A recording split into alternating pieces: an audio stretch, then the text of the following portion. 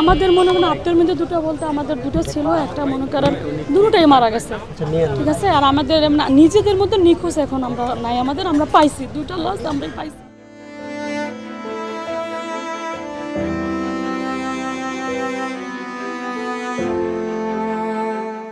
আমি বাসায় ছিলাম, আমি তো এখানে ছিলাম না, তখন শুনি আমরা আয়সা থেকে এরকম অবস্থা। আমরা যখন শুনতে পারছি যে ব্লাস্ট হয়েছে যে এখানে স্কুলের মাঠে। অভিযোগটা আমি কাকে দিব?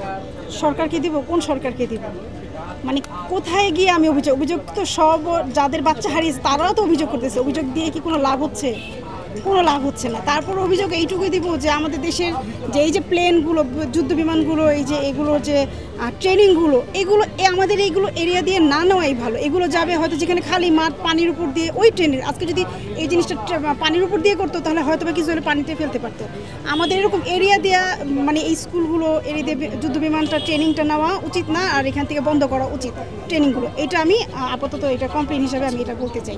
খারাপ লাগা থেকেই তো বাসা থেকে বের হওয়া আসা। এটা তো চিড়িয়াখানা না যে আমি এখানে পশু পাখি দেখতে আসি।